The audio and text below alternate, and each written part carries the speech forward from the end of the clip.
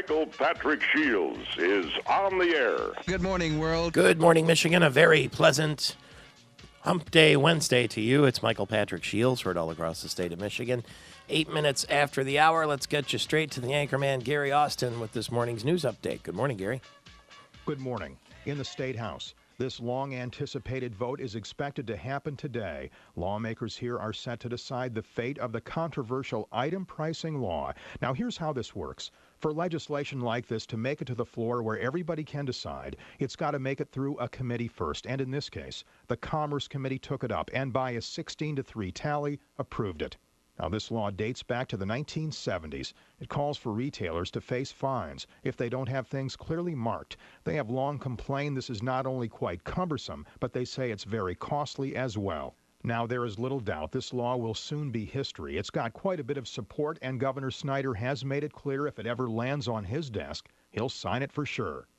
Meanwhile, Governor Snyder is putting the final touches on his new state budget plan. The details will be out tomorrow. And the website mersnews.com is reporting the governor will propose in it a plan that would no longer allow a tax exemption on pension income. Analysts say if that happened, it would provide the state with nearly $700 million additional dollars. The very unusual case of Michigan doctor Craig Tubbs. Years ago, his wife had a terrible accident and she ended up in a wheelchair. He said it was then he got into pornography, calling it, quote, the addictive and seductive adult porn world. Caught with child pornography, he went to trial and pled guilty, and for that, he's going to jail for over 3 years. He was sentenced in a Bay City court yesterday. He said he had been exchanging pictures with others, but he said he deleted the ones with kids as soon as he got them, but they were still traced to him. In Grand Rapids, the City Commission has taken action on that controversial plan to have a motorcycle festival in the city this summer, and here's what was hammered out. It's going to be 3 days long, July 22nd through the 24th, and not the 7 days as originally planned, and bikers will camp out at Lake Odessa at the I-96 Speedway. In all, this is expected to draw nearly 20,000 to the area, with an economic impact of nearly $5 million. Earlier, the concern had been this would have caused too much commotion if it were held in or close to the downtown Grand Rapids area. At this point, most seem satisfied with this compromise. Ongoing efforts to try to get a handle on this serious concern. Reporter Karen Kelly today. Gary, gradual loss of hearing in some people may also be an early sign of Alzheimer's disease or other forms of dementia. CNN reports a study at Johns Hopkins Hospital in Baltimore shows elderly people with mild hearing loss were nearly twice as likely as those with normal hearing to develop dementia. Hearing loss that was severe resulted in a risk that was 5 times greater. Researchers say it's unclear why the loss of hearing could lead to a decline in mental function. They note that a loss of hearing may bring on social isolation, which has been linked to dementia, or it may prevent the brain's ability to function properly. For many, it's a serious problem this time of year. The weather gets cold, and suddenly there's not as much to do. Outdoor activities for quite a few are at a standstill, and with that and other factors, many suddenly find themselves dealing with seasonal affective disorder. Dr. John Wyckoff. It's a type of depression that follows the seasons.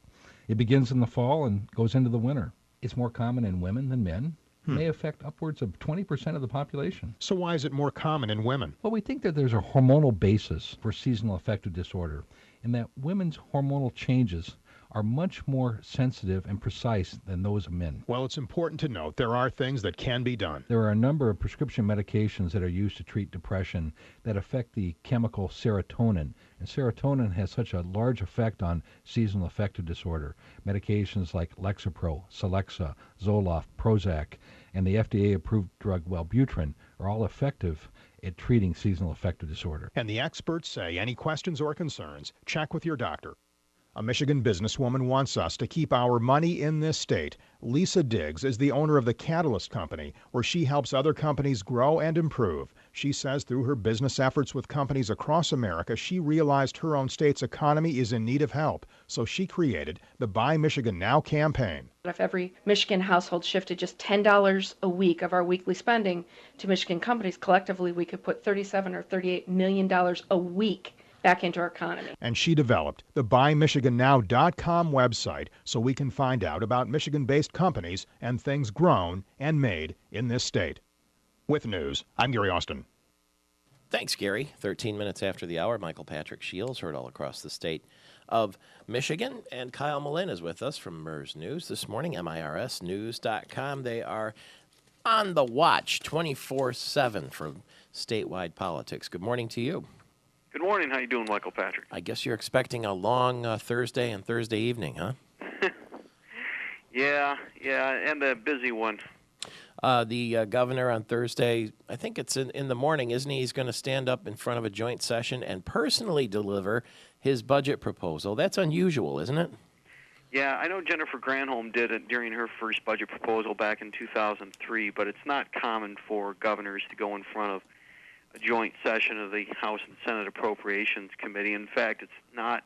I think it's the first time that a governor is going in front of both the Appropriation Committees and the joint Senate Finance Committee and the House Tax Policy Committee. All told, we're going to have around 50 lawmakers in the Bogie Tower all at the same time to listen to this message. That's something we just haven't seen before. Why do you think he's chosen to do that, the governor? Well, he's getting it done all at one time in that he's giving his budget message and he's laying out his tax proposal, because really it's all working together.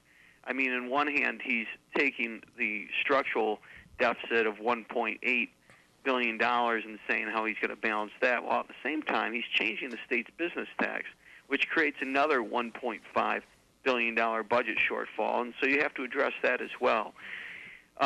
So from a practical standpoint, it's good that he brings both things out at the same time, but from a public relations standpoint as well, it's good to bring everything out all at once, because it's the old data dump theory on the media. I mean, there's only so much that you can cover, and so all the bad news gets kind of saturated all at one time, and it doesn't trickle out. There isn't a week worth of bad stories necessarily. Maybe there's only 1 or 2 days of bad stories. Why does he deliver that news in the Bogie Tower? What's the connection to that building? It's the largest room, I think, in the Capitol. Oh, is it? I mean, he usually gives it at the House Appropriations Room. That room gets pretty packed pretty fast. The Bogie Tower room is a lot bigger. And you can also put some people up in the balcony. There's a little balcony area there where people could watch. So if you're going to fit 50 lawmakers in a room, that's probably the most likely. I mean, if you're trying to fit 50 lawmakers into the House Appropriations Room, you probably have enough room for about, 40 observers, and that's about it. Looks to me like the Democrats, particularly Senate Minority Leader Gretchen Whitmer, the Democrat from East Lansing, are lining up. Aren't they? Oh, they're ready. I mean, they'll find all sorts of things to hit on this budget, I think. Especially if it's an all-cuts budget like Brian Kelly said it's going to be. I mean, anytime you're going to be cutting what probably is going to be schools, I got to imagine they're going to get hit. Public employees and their compensation is going to get hit. I think those are already locks. You're going to get attacked by the Democrats who are supported by unions. So, yeah, they're ready to go. What we found interesting, though, is that there is some interest in doing a little bit of revenue, and in that Governor Snyder is going to propose an end to the exemption on private pensions being exempt from the income tax. Currently, if you're collecting a private pension, you have to pay federal tax on that, but you don't have to pay the state tax. And Snyder is going to propose that that's going to have to end, and that should bring in about $700 million, and that will go to offset the hole that will be developed from his new corporate income tax. Is that technically then a tax increase? Oh, there's going to be an argument that it is, sure. I mean, you can frame it one way or you can frame it the other way. You can frame it that, we're going to be taxing pensions now, and now this is called the pension tax. All right, so you can say, Snyder's raising taxes. Or you can say, well, right now it's just exempt from the income tax law. I mean, I was reading the income tax law yesterday, and it says right in there it's an exemption. So you can say, well, now I'm just eliminating an exemption. I'm leveling the playing field. I'm making it more fair. You can make that argument, too, which was what he's going to be trying to claim. All right, we'll be reading about it in MERSnews.com. Thanks for being available so early. I know it's going to be a long week for you. It's MIRSnews.com, where you can get the latest right out of the state government, and Kyle Malin is the editor there. Thank you so much. Good to talk to you. Hey, it's my pleasure, Michael Patrick. Won't be much pleasure for the people who are going to have their budget slashed on Thursday, it sounds like. 18 after the hour, we'll talk to one of those legislators. Howard Walker, the state senator from Traverse City, when we get back on this Wildcat Wednesday, brought to you by Northern Michigan University. That money is not a continuous source. It's a dedicated fund that's just sitting there, and there's a limited amount of money that can be used. So the period of time is going to be limited that those bills would fund Pure Michigan. And what my bill does is it creates a permanent funding source for Pure Michigan. And you're right, it does take money, and dollars are tight right now, as everybody knows, in our budget. But Pure Michigan campaign is unique in a lot of the expenditures that the state of Michigan does, because for every dollar that we invest in the Pure Michigan campaign, Michigan tax revenue increases by over $2. So it really is a good investment for all of Michigan. It's not just an investment for northern Michigan. It's an investment for all of Michigan, and that's why I think it's important enough to have this permanent funding source. What makes your bill different than the attempts in the past to secure permanent funding? Well, actually, my bill is similar to attempts in the past, and we're going to keep on trying. There has been another effort in the past to use what's called a TIF process. It's similar to what downtown development authorities do to recover incremental financing from from a project that they've approved and which has been put into place, and that project creates additional tax revenue, and that some of that revenue is captured and put towards reimbursement of some of the infrastructure for those projects. And we're in the process of designing another bill that might work along those lines, with the theory being that if we see increased tourist traffic and tourist revenue through the Pure Michigan campaign, we would use a portion of that revenue to fund the Pure Michigan campaign. So really, we're looking at this from three different angles, and my hope is that I can convince the legislature and the governor that at least one of them will stick. Tough time pass for money, isn't it? It's a real tough time. And we're all looking forward to the governor's presentation this Thursday on his budget proposal, and then we'll have a good idea of the targets and the direction he wants to go. So, and then it's going to be a lot of hard work in the legislature. There is a citizens group that, speaking of that, is asking for the governor, elected officials, and political appointees to cut their pay by 20%. There's a group also calling for the elimination of the $900 a month expense account for each legislator. That would drop, a 20% cut would drop salaries. They were already cut 10% last year by $14,000. That would drop you down to $57,348. Is that something that is going to get any kind of attention around the Capitol? I don't know. My personal feeling is that it probably wouldn't, because the legislature has taken a 10% cut in a couple years ago, and the amount of money that we're talking about is not going to make a large difference in the whole budget, and like I said, philosophically, the legislature has taken a 10% cut, and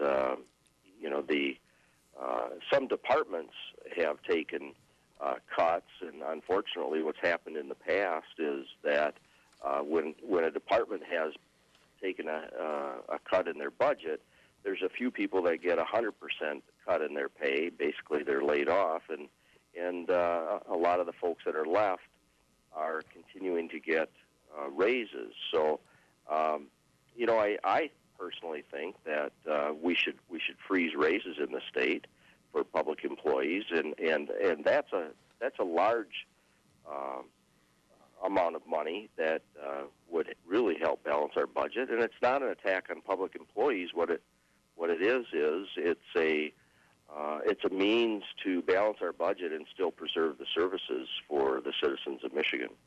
You mentioned the budget announcement on Thursday by the governor. Senator Whitmer, the Democrat from East Lansing, over on the other side of the aisle, the minority leader, if you will, is quoted as saying the governor is likely to downplay the significant impacts, the real impacts of his cuts, and Senate Democrats have a list of serious questions we plan on raising with the governor. They want to know his priorities, who he stands for, and they'd like to hear from voters, too. That's to be expected, isn't that sort of posturing? Sure. I think that there's going to be a lot of questions asked, and, like I mentioned before, are these going to be cuts to departments? Is he going to propose cuts across the board for all employees so that we can preserve services? I think that all of the legislators are interested in the governor's vision and how he's going to implement that through the budget. So, yeah, there's a lot of questions to ask. That's the role of the legislature, and but I think the voters sent a strong message in 2010 that they wanted a budget passed without increasing taxes and without increasing fees and revenues, and I hope the governor is aiming at that target. I don't have a lot of details, but the rumors I hear is that he is looking along those lines. I know that I campaigned on that, and a lot of my colleagues campaigned on living within our means. So that's going to be my focus. Will you be at the Winter Wow Fest this weekend in Traverse City? I will be. I haven't looked at the details of that event yet, but I'm going to be in Traverse City this weekend. And, all right, great.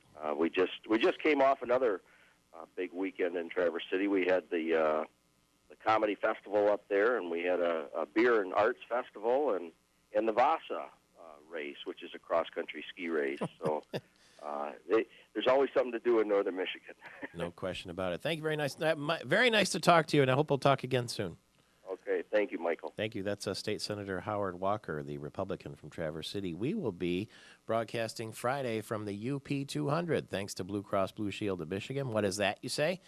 It's a dog sled race through the town of Marquette, and we'll be live on the radio Friday morning from Marquette with the UP 200. The Spartans were in action yesterday against number 3 Ohio State. This was down in Columbus, and Adam Ruff was there.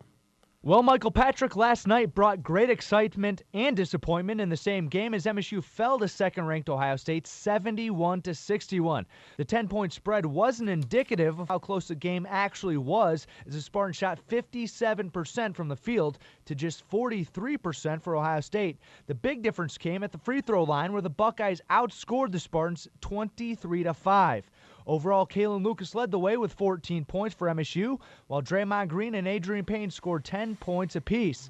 The loss drops MSU to 14-11 overall and 6-7 in conference play. Up next is a 9 o'clock tip-off against Illinois on Saturday night. And we'll, of course, go on the air at 8 o'clock with the Tom Izzo pregame show, so join us then. For MPS in the Morning, I'm Adam Ruff with the Spartan Sports Network. Pistons have the Pacers tonight at the Palace. Brad Stewart, the Red Wing defenseman, is going to return to the lineup tomorrow night against the Tampa Bay Lightning. Carlos Guillen continues his rehab down in Lakeland with the Tigers. And Stan Musial and Bill Russell were among 15 people to get the Presidential Medal of Freedom yesterday at the White House. 35 after the hour. Is Kermit the Frog in trouble? Find out when we get back. It's Michael Patrick Shields. Hi-ho, Kermit the Frog here, and you're listening to MPS in the Morning on this, a Wildcat Wednesday. Yay! Why, thank you, Kermit. Is Kermit going to get his budget cut? Is he going to get his pay cut? How much does Kermit make? What about Oscar the Grouch? If he shuts off the sanitation, Sesame Street will smell, won't it? And what about Bert and Ernie? They're unemployed anyway. They're always home watching TV, it seems like. Hopefully they're watching public television anyway. We did get based on our previous interview just a few minutes ago with Howard Walker, the state senator from Traverse City, about funding for Pure Michigan, an email that says, I think private businesses should fund their own advertising and promotion. It's a good function of the various trade associations. Pure Michigan funding is not an appropriate use of tax dollars. That's just another opinion in the battle for funding for Pure Michigan. Now, speaking of the battle for funding, President Obama is promoting and defending the budget he submitted to Congress this week. He had a news conference yesterday, and he said the government's got to live within its means while also investing in the future. So you cut back on when you can't afford to focus on what you can't do without. And that's what we've done with this year's budget. He says that the federal budget process is just like doing your family budget. The federal government has to do two things at once. It has to live within its means while still investing in the future.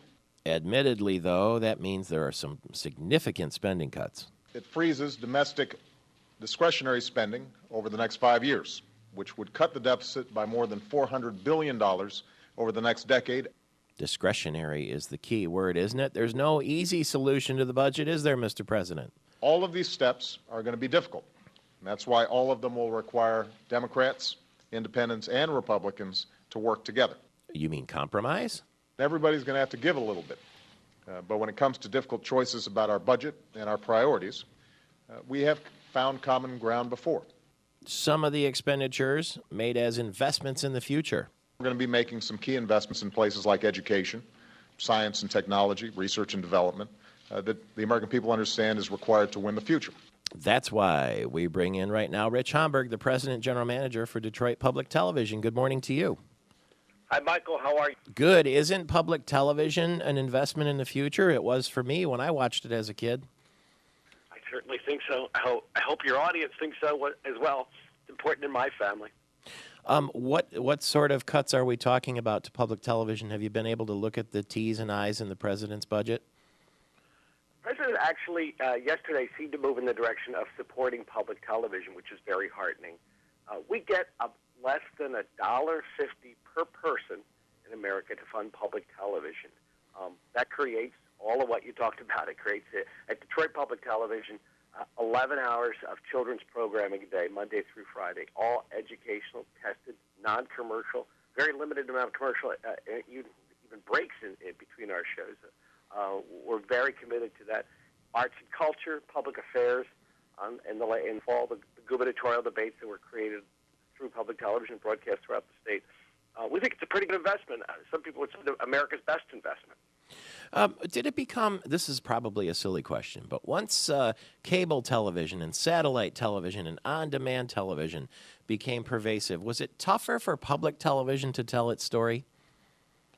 I think it's tougher for everybody in the media to tell the story. The world has changed. At the same time, the History Channel announced Larry the Cable Guy would be doing a show this week. I think there have been about 5 or 6 networks that were all going to put us out of business. Remember, Arts and Entertainment, and the TLC, let's see, Discovery. Mm-hmm. And I think what you see over time is the mission of a nonprofit public television station is quite different than what you eventually get from the History Channel, what you get from Discovery.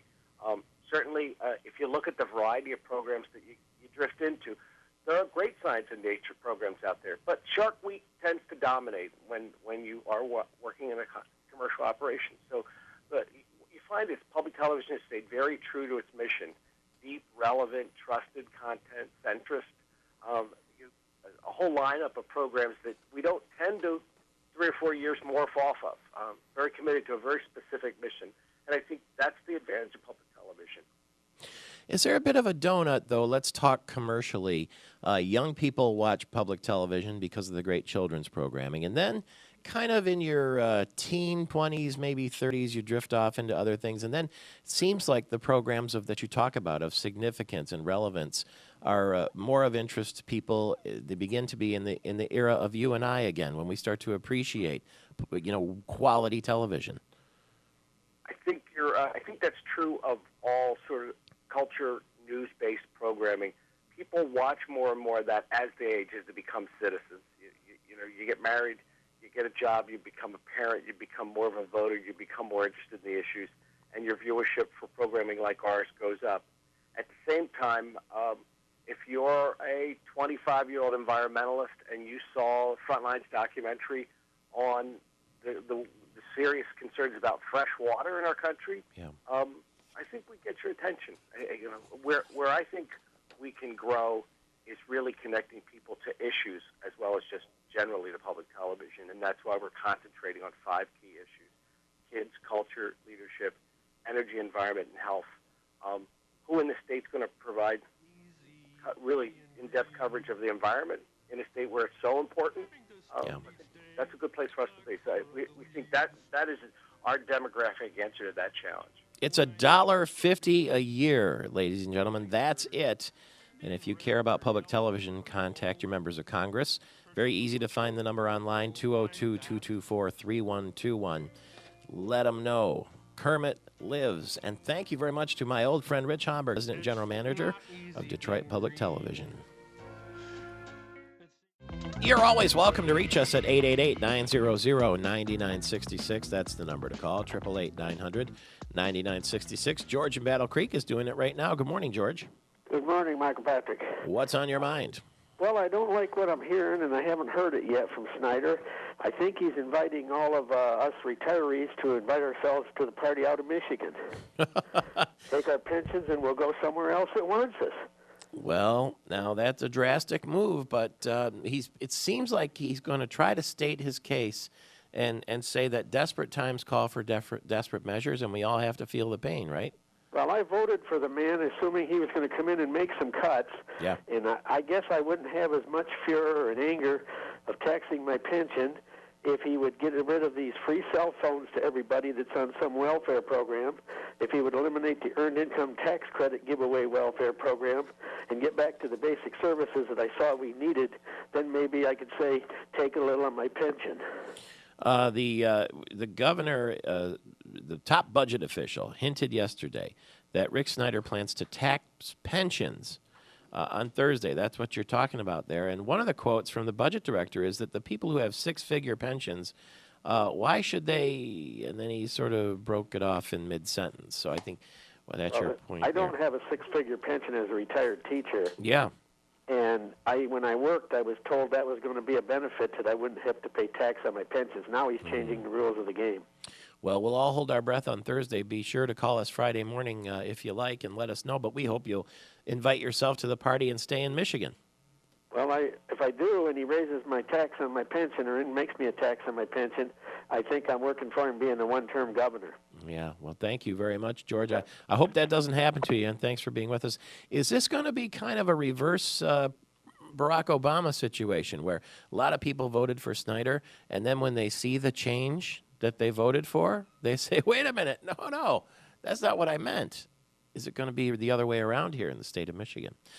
Ed Kester is with us. We've been talking for a long time about the battle for the Straits of Mackinac with the ferry situation up there. He's the head attorney for Shepler's Mackinac Island Ferry Service. And another move in this dodging and parrying that's going on up there. I guess it's a lot of tacking, if you will. What's the latest? Well, the latest is the Sheplers still just want simple competition like has been on the island for years. A couple of weeks ago, the island made some changes, and they upped the franchise fee from 2.5% to 7% to increase costs. And then they started mandating a schedule where they were going to tell the ferry companies when they have to leave, what city they have to leave from, what schedule they have to run. Separately, the Sheplers filed a complaint with the Michigan Public Service Commission, and in that complaint they said they're upset about the island talking about granting a monopoly, talking about heavy regulation that would impact competition, potentially put Sheplers out of business. And the Michigan Public Service Commission entered an order saying that it promoted robust competition, that it was going to investigate all the facts, it was going to look at St. Ignace, it was going to look at the village of Mackinac, it was going to look at each of the 3 carriers and come in and take a position to help robust competition. So Sheplers was very happy that the Michigan Public Service Commission has stepped in. Part of that order says that everybody is supposed to do business like they did in 2010 until the commission finishes its investigation and makes a final order. Mm-hmm. What is this business about allowing the competitors to charge $2 less than Shepler's? I think there's some confusion regarding what that means. Every year, all of the carriers would file with the Michigan Public Service Commission their maximum rates. So, for example, in 2010, all of the carriers filed with the Michigan Public Service Commission and said their maximum rate was $24. Mm-hmm. From that maximum rate, you can charge any amount less, and you can discount from that rate. Okay. So, for example, Shepler's in 2010 often gave group discounts, provided coupons to hotels. Mm-hmm. So most of the people didn't even pay the published rate. Yeah. Any competitor, even in 2011, can go below the $24 maximum rate from 2010 that the Michigan Public Service Commission has put into place for 2011. So they can discount, they can lower their price, and that's what they've always done over the years, and that's what we believe they'll continue to do. Mayor Dowd says, we're delighted the city was able to accomplish all of its goals, including lower ticket prices, price competition on the ferry boat companies, and guaranteed winter service for some of the island residents. Is she being genuine when she says that? No, absolutely not. Absolutely not. They raised taxes. They haven't actually achieved anything, and in fact, by the time they had their city council meeting and purported to mandate a schedule, it was after the Michigan Public Service Commission already had entered an order saying that the 2010 schedules and fares carry over to 2011.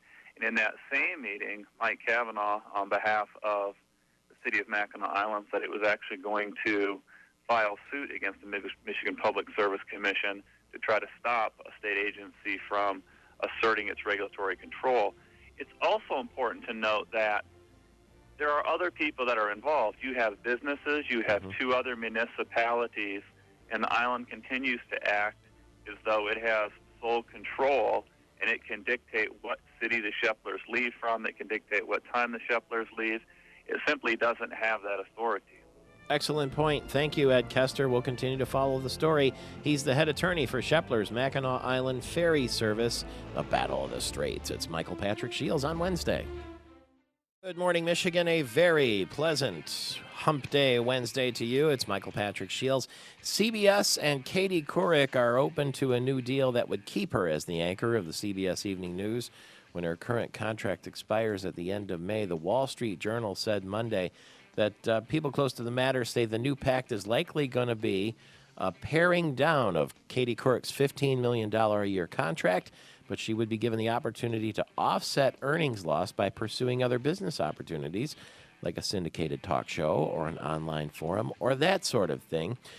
Closer to home, Linda Solomon, our old friend, who is really worldwide known for her photography, and she lives right here in the Birmingham area, and she is going to be with Katie Couric Wednesday night. Good morning to you. Happy New Year. Oh, thank you. Same to you. Have you ever met Katie Couric before? Yes, I know her, and I'm a big fan and admirer, and I hope she continues as anchor. That's the show I watch, and I think she's a great journalist.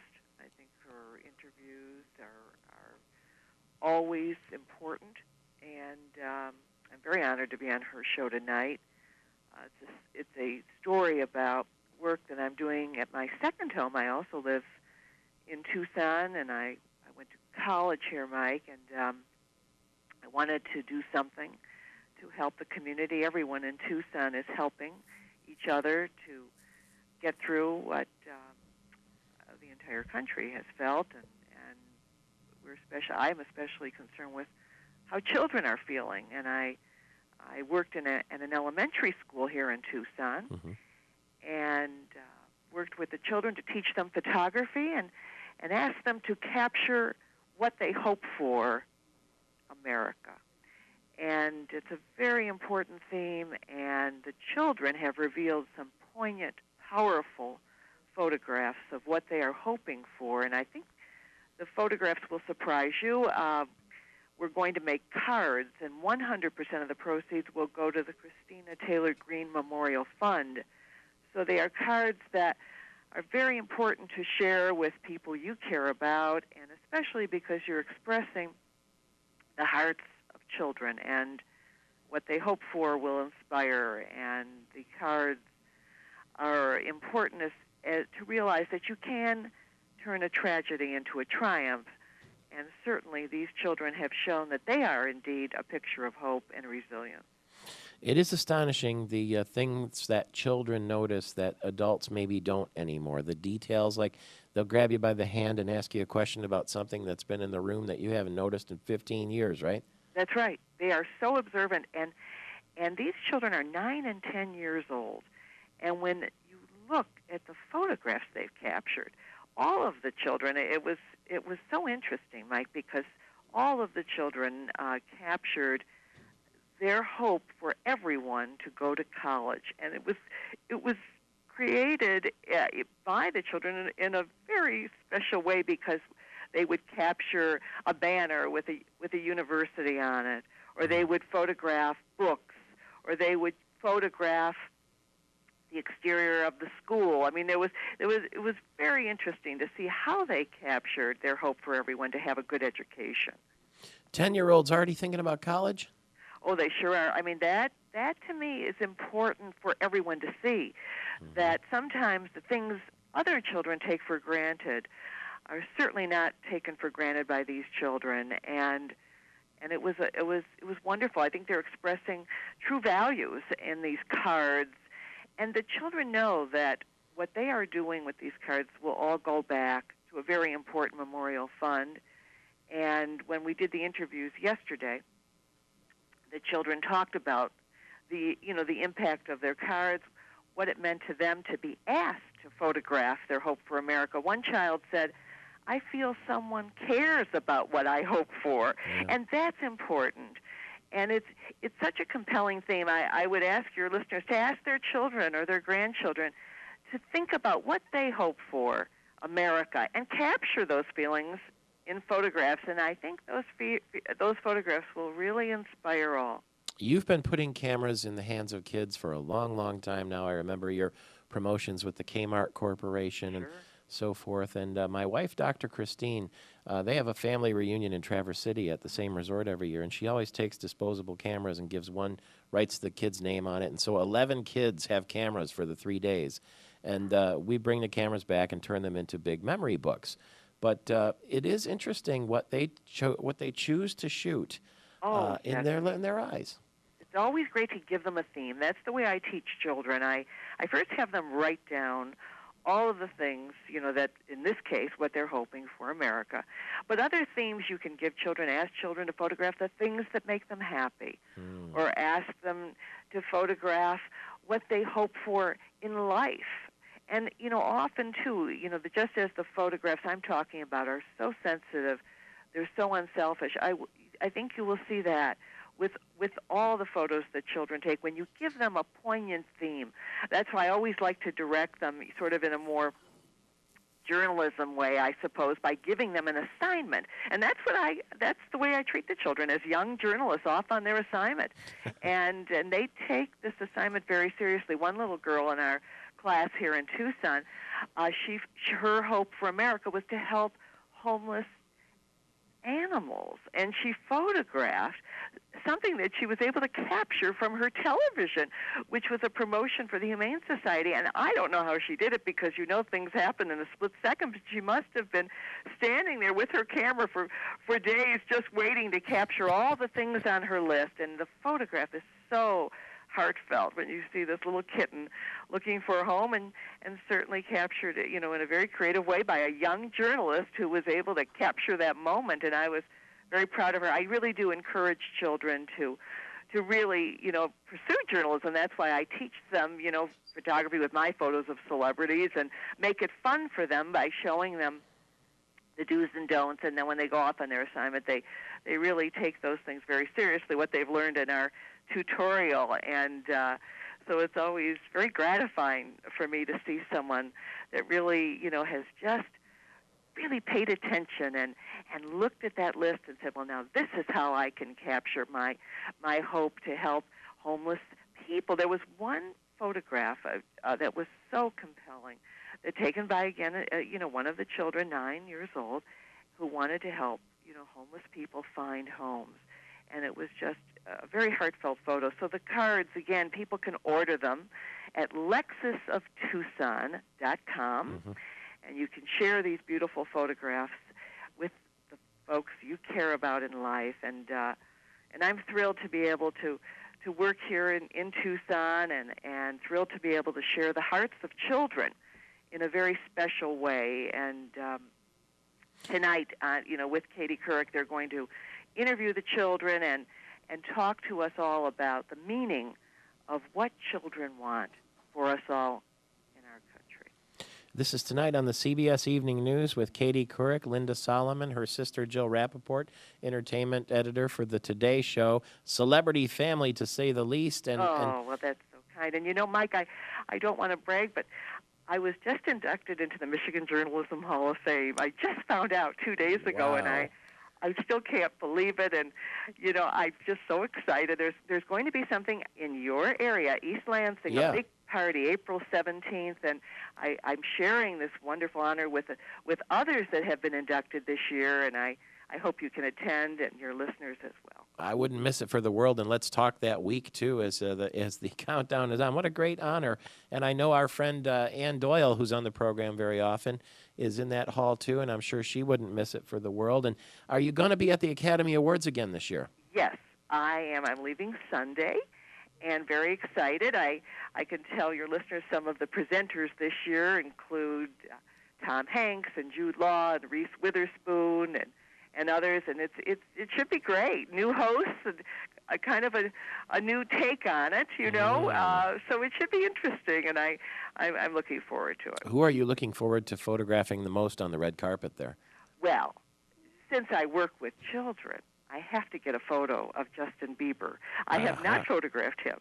But, this week in the classroom, they all asked me, are you going to be photographing Justin Bieber? And so just because of that, I need to photograph Justin Bieber so that I can share those photos with the children I work with. Yeah, and don't forget that young actress from True Grit, too. Oh, she was wonderful. And I'm rooting for her. I hope she wins for Best Supporting. Me too. Justin Bieber, I saw that movie this weekend with my son Harrison, who you have photographed. Yes. And you wouldn't believe how much he looks like Justin Bieber now with the haircut and everything. Oh, he's got that sweet. So let me ask you, what did you think of the film? Because I've heard it's quite good. I loved it. I didn't know anything about Justin Bieber, and it's not only a concert picture, but it goes behind the scenes. And he seems like a really nice kid who worked very hard to get where he is. So check it out. And Linda Solomon will give us coverage from the Academy Awards as well. And don't forget, she'll be on tonight with Katie Couric right there on CBS Evening News. Here's Justin Bieber. Kind of hard to let you know how lucky we are to have Congressman Mike Rogers every single week. I think that the Republican from Brighton, he's chair of the House Intelligence Committee and a very, very good guy, has such an excellent way of explaining things and making them sound simple, even when they are very, very complex. And he's with us again this morning. Good morning to you, sir. Good morning, Michael. How are you? Well, how is the Prime Minister of Italy doing these days? I guess he's not probably going to be invited for a state dinner anytime soon. Well, maybe not. Maybe he can get together with Governor Spitzer when he comes into town, and they can go out on the town, if you will. If they want to get the ratings up for that Parker Spitzer show on CNN, they probably ought to turn it into a reality show with... No, he's gone straight now, hasn't he, Elliot Spitzer? I thought he was straight before, and that's what got him in trouble. Yeah, decidedly straight and upright anyway.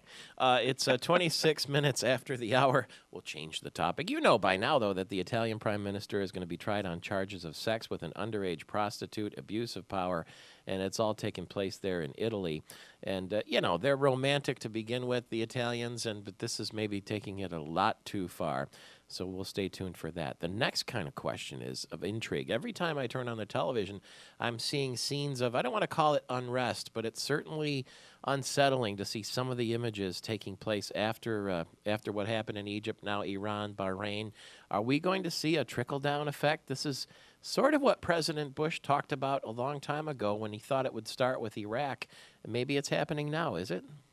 Well, I'll tell you, it is clearly a freedom and liberty movement, and they want a change in their governments. They want to have a piece of their governments.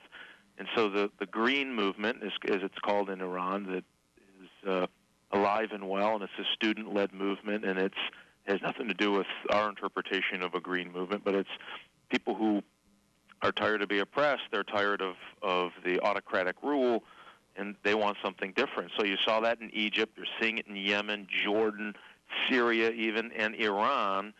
They just had bigger protests than they did in 2009. And you and I talked in 2009, and I always thought it was a bit of a mistake not to encourage that movement to try to get some legs underneath it. We didn't do that. The administration didn't do that. But now it's a different day, and it's a different game. And this is a nonviolent way to actually get participatory government. It's unlikely, isn't it, though? Well, actually, Senator Clinton, in her role as Secretary of State, I thought was quite forward when there started to be some action in Iran the other day, and she said the people deserve to be heard, they deserve their freedom, but the people running Iran are not going to see it that way at all, are they? No, they're not, and they saw what happened in Egypt, and they were shutting down Facebook operations and certain Internet access, and they have a very aggressive and very good, unfortunately, intelligence service that they use on their own people. And all of those things are being engaged as we speak. So it's a tougher road in Iran than it was Egypt or Tunisia, for sure. Do you know Laura Logan from CBS? I have met her. I've known of her, yes. She, I'm reading now, was brutally attacked Friday in Cairo after the resignation. She was covering the celebrations for 60 Minutes, and the mob got out of hand, and they say she was sexually assaulted and brutally beaten. She's 39 years old. It's not child's play when you go there to cover these events. I mean, it's kind of interesting that the other guy from CNN got himself in some trouble there, and so did Christiana Ampur. But, I mean, maybe it's kind of fashionable to be in the heart of the action, but it's also very dangerous. Very dangerous. You have to remember, even though the protests, at the center of it is this spark of liberty, anytime you get a mob mentality, remember, part of they were looting, and so those folks aren't there for the liberty movement. They're there to cause problems and chaos, and there's a criminal element when you get that kind of a big mob and mob mentality, and that's exactly what you saw. The folks that did that weren't making a political statement. They were criminals before they showed up to that group, and they were criminals out clearly, and they were criminals after this unfortunate attack happened. That's what the Iranians do, too, as well, as I understand it. They send out people who appear to be protesters but actually are informants and Iranian people, officials trying to break up the act, right? Yeah, exactly. Well, and you saw that a little bit in Egypt. They tried their own pro-Mubarak, and that was all an organized and paid-for event by the Mubarak administration in Egypt. And Iran does the same thing, and they're going to be much more brutal in Iran. We understand that there's been some violence on behalf of the government toward protesters in Iran already. Iran would be the toughest. Well, I don't know. I was a little surprised at Bahrain. I didn't realize that the people of Bahrain were that upset. I thought that was a relatively peaceful area. Is it not? Well, it is, but you have to remember they're fairly well educated. They have high rates of unemployment and no say in their government whatsoever. And they're very, very, very dependent on their governments. Egypt was very dependent. Bahrain dependent. Jordan dependent on their government. Iran. And so when times get tough, the government has nowhere else to go. They tried to increase pension payments and other things, but it just wasn't enough. So it sparked this level of unrest that they had not seen before. And, of course, it fed. I mean, they may have had these feelings for years. Well, we know they had these feelings for years. And so when Tunisia fell and then they saw Egypt fall, they thought, wait a minute. This is the same kind of thing we're feeling, and maybe we should do something about it. And that's what you're seeing spark across the Middle East. And it is something that Bush talked about when they went into Iran. Or, excuse me, Iraq. Into Iraq. This is exactly what he talked about. It seems to me, it just took years to come to fruition. I wanted to ask you, you seemed very riled up this week about the Patriot Act. Some people say it's not patriotic because it's invasive. I think your point is that it's vital if we're going to have homeland security and stay safe.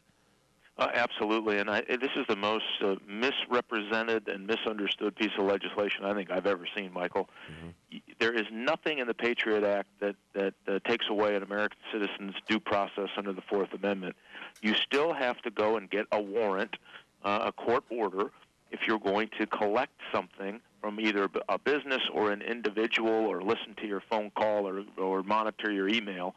You still have to have a court order, and that's why I think people were so misunderstanding this. I was hearing debates about how they could just do what they wanted and get the information they wanted. This clearly isn't true. It's just a different court. There's two different court systems that we have in the United States and have for a long time.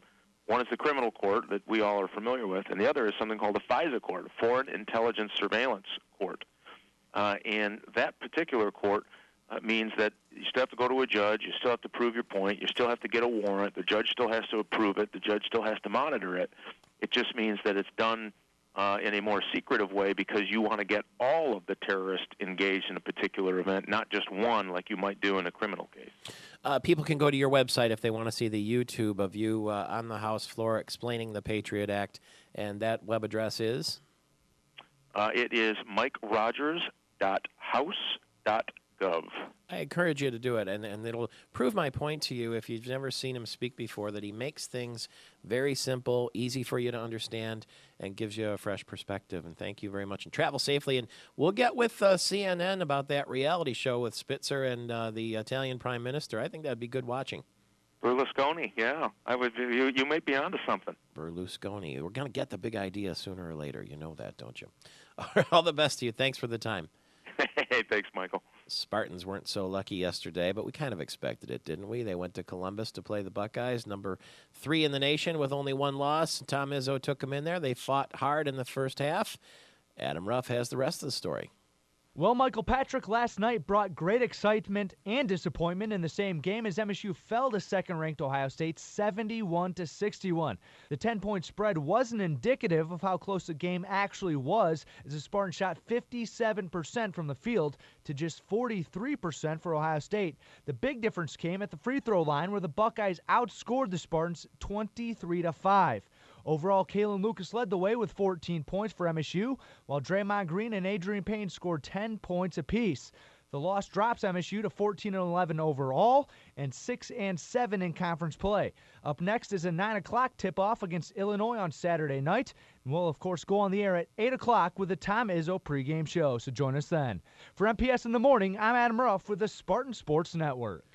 Maybe you consider it a sport, maybe you don't, but a Scottish deerhound has taken the best of show at the Westminster Kennel Club Dog Show in New York. Foxcliff Hickory Wind finished 3rd last year, but won the Hound Group Monday and took top honors on Tuesday. Her handler says Hickory isn't used to big venues, but competing for the 2nd year made a big difference. The first ever Scottish deerhound to win Best in Show at the Westminster Kennel Club Dog Show. That's the Super Bowl of dog shows there in New York. Congratulations. Extra dog biscuits for everyone. 35 minutes after the hour, it's Michael Patrick Shields. Well, a guy who's always got his foot on the pedal, Roger Curtis, is with us this morning. The president of the Michigan International Speedway, getting national attention from Bloomberg and Business Week as an innovator. And it's good to talk to you. Happy New Year, Mr. Curtis. Happy New Year to you. Thanks for having me. You going to the Daytona 500? Yeah, I'm already down here. Daytona Beach. Very good. Have you been to the Hooters across the street from the racetrack yet? I have not, but that would not be very innovative, because everyone does that. I know. It's by the airport, too. It's the first stop you make when you get to town. It's going to be an interesting race. The qualifying, I think, gave the fans everything they wanted to see in the upcoming race, didn't it? Yeah, I think it's going to be a great race. The surface, brand new, obviously, after last year's situation with the pothole and completely redoing everything there at the track with the racing surface. And we saw Saturday night in the Budweiser Shootout some phenomenal racing, very different racing than what they've had here at Daytona. So I think it's just going to be wide open and fantastic. What's it like for someone who's never been to the Daytona 500? Because first off, when you drive to Daytona and you look at the size of the speedway, and it's right there, just off the freeway exit, right on that main drag 92 there, that's impressive. Oh, it very much is. It's just a huge, huge sports stadium, and everything is just grandiose about it, and it's magnificent when you come up through the tunnel and you come up there in turn 4 and you immediately see the 30-degree banking, and if the cars are going by when you pull in, I mean, it really does take your breath away. And then, of course, just the enormity of the event itself and the size of the crowd that they'll have and the emphasis that's put on. This is basically the Super Bowl of our sport, and we do it a little bit differently in kickoff. We start with our Super Bowl and then head to the championship. So, but I think the crowd's going to be in for a real treat, both those in the stands and watching on TV and listening on the radio. I think the history of the race is very interesting, too, because if you go down to the beach, isn't that where they originally held the race, on the sand down there? Yeah, for several years, they ran on the one straightaway was the beach itself, and the other straightaway was A1A, and they ran there for several years. And then Bill France Sr. Built Daytona International Speedway and organized NASCAR and took a bunch of moonshiners basically and turned it into a legit professional sports. And here we are today. I mean, who knew when this all started that we'd be here and be on nationally recognized, internationally recognized, actually. So it's pretty phenomenal. Phenomenal, too, the Michigan International Speedway and what you're trying to do with it, according to Bloomberg and Business Week. You want to make it a living sort of laboratory. What's your idea? Well, we've been working with Director Steidel at MDOT, who has been a great friend of ours with helping us with our race traffic. And over the course of building that relationship, we kind of started connecting dots and talking about the R&D work that's done in Michigan, especially with connected vehicles, both vehicle-to-vehicle and vehicle-to-infrastructure, like stoplights and things like that. And there was a need for a neutral proving ground, if you will, where all the different manufacturers could come play at once. And so we started making those connections and reaching out to that industry. And it's been a little slow, only in the sense that I think they've been a little slow working with USDOT on getting their standards set, but it's really picking up steam. We've had a lot of interested parties. We've had a lot of folks out there the last couple of years. Department of Defense has actually done some connected vehicle testing out there. That morphed into the X Prize coming out and the competition that we had last year that got international notoriety, and that really pushed the ball forward for us as well. And we had a lot of other companies come to us. And it wasn't just connected vehicle now, but it was battery testing, emissions testing, all kinds of different R&D. So I was really happy with where we're at and think it's only going to grow. Iconic venue in Michigan, needless to say, and even the, I understand, tank researchers were there testing on the track. We've had, I mean, it's, you know, they wanted to focus on the connected vehicle side of the business, but, you know, we had a Great Lakes Wine Festival last year, and we're going to have that again this year. We're looking at a concert festival possibly getting ready to announce here in a few weeks. So it's not just the use of the asset with NASCAR or with the connected vehicle stuff that Bloomberg talked about, but I just love the facility. It's great for people to come out, whether you like NASCAR or not. We've got a lot of other opportunities, and really proud of that. What's this I hear Danica Patrick is not coming this year? I know. It's terrible, isn't it? I know. Wasn't there something you could do to court her, if you'll pardon the word? She's very focused on trying to do well in both series, the open wheel, IRL, and stock car, and her schedule. We flip-flopped our weekends, unfortunately. We're trying to help NASCAR out with a scheduling issue that they had. So our nationwide series race, which she would run in, that last year was in August, got moved to our June weekend this year. So unfortunately with that change, she can't make it out to the races. But she was out last year, and she was just absolutely phenomenal. I mean, people have a lot of things, predisposed ideas about her and being difficult to work with, and she was anything but. She was just absolutely phenomenal. I'm so happy to hear that. Thank you very much. Enjoy Daytona Beach. I highly recommend the Ocean Deck if you haven't been by there yet. The Shark Lounge if you want something a little more dangerous. But I'm sure you've been going there for years. You can find your way around just fine. Oh, you know, us innovators, we find all those places. So come back with a full report. Roger Curtis, the president of the Michigan International Speedway. It's Michael Patrick Shields, 14 before the hour, all across the beautiful state of Michigan. It's a Wildcat Wednesday brought to you by Northern Michigan University today. They're located in the spectacular Upper Peninsula, founded in 1899 as a teacher college, but now a dynamic four-year public coeducational university. They have 9,400 students there and graduate students, too. It's the UP's largest university, known for safe, clean, friendly, and natural environment in the beautiful city of Marquette along the shore of Lake Superior. It's a unique college experience, and we're going to go see it firsthand Friday when we broadcast from the UP 200 dog sled race. Is Sarah Palin going to be there? No, she doesn't do dog sledding. She does snow machines, right? We're going to have a look. Anyway, it's the cool cats call them snow machines. It's not snowmobiles anymore, is what I'm told. Anyway, thanks to Blue Cross Blue Shield of Michigan, a big sponsor of that event. There'll be lots of legislators there, too, and legislative reception, so we'll get complete reaction Friday morning to the governor's budget proposal, which he'll announce on Thursday. We're going to talk to the governor himself, too, and Lieutenant Governor Brian Calley will join us as Amanda Wall is working on booking all of those guests. I am not driving the 2008 Chevy Trailblazer that I'm test driving now for Cheryl Freeborough at Hyundai of Lansing. It's available right outside our Gillespie Group storefront studio, and if you're watching on Fox 47 television, you can see it on TV right now, and if you're anywhere in the area, you can drive by and have a look at it. It's right in front of the studio, and it is available, and you can see it online, too, if you go to HyundaiofLansing.com. It's got only 33,000 miles on it. It's black. It looks fantastic. I'm enjoying driving it very much, and she's selling it for less than the Blue Book value, $18,795. For this 2008 Chevy Trailblazer. That's the cheapest you're going to ever get that car because brand new, it's over $30,000. At Hyundai of Lansing in Grand Ledge, and if you go online anywhere in the state, they will deliver it to you. And like I said, if you happen to be watching us on Fox 47 this morning, they have cameras out in the street there on Michigan Avenue, and you can see it for yourself. They have cameras all over this building because it's a TV show the same day that it's a radio show. So the radio show's on TV, the TV show's on the radio, and if you're in the Lansing area, we invite you to join us on Fox 47 television. We're on the lookout for David Fry. He's the co-host of the television show and the director of the Westminster Kennel Club show. Going to tell us about the Scottish Deerhound that was the winner, best in show yesterday at the Westminster Kennel Club Dog Show. You'll recall that 1 year ago, it was Sadie.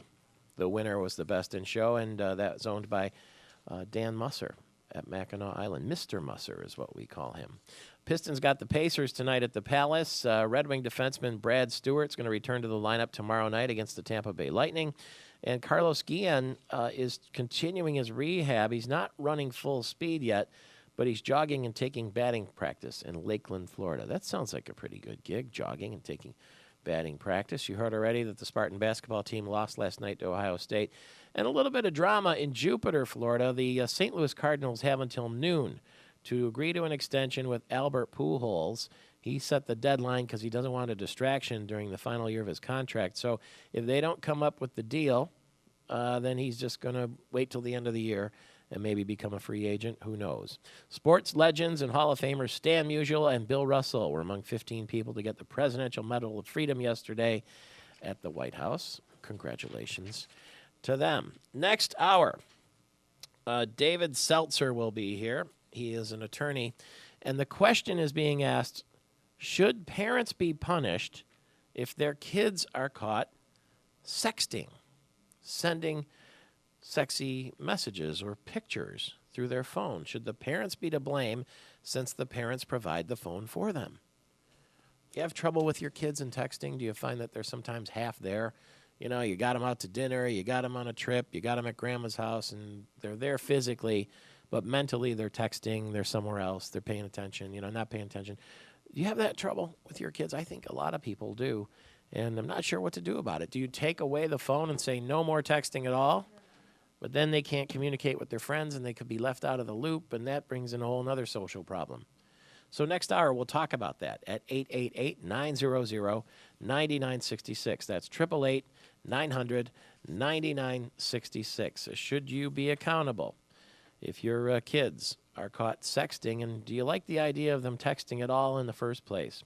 Nevada prison officials deny reports that O.J. Simpson was beaten so savagely that he was in the infirmary for 3 weeks. An official at Lovelock Correctional Center says that story is totally bogus, despite the fact that a lot of people would have liked to know that it was true. There's another royal wedding on the calendar. Charles Spencer, the 9th Earl of Spencer, the brother of the late Princess Diana, who was just on the program with us a couple weeks ago, has announced plans to marry again. He's going to marry Canadian Karen Gordon, the founder and CEO of Whole Child International, June 18th at the Spencer family home. Congratulations. Television viewers, thanks for being with us this morning. Radio listeners, stay right where you are. There's another hour of this. Michael Patrick Shields in the morning coming your way right after the news. And we will see you very, very soon. Very soon I know. Goodbye, goodbye, good friends, goodbye.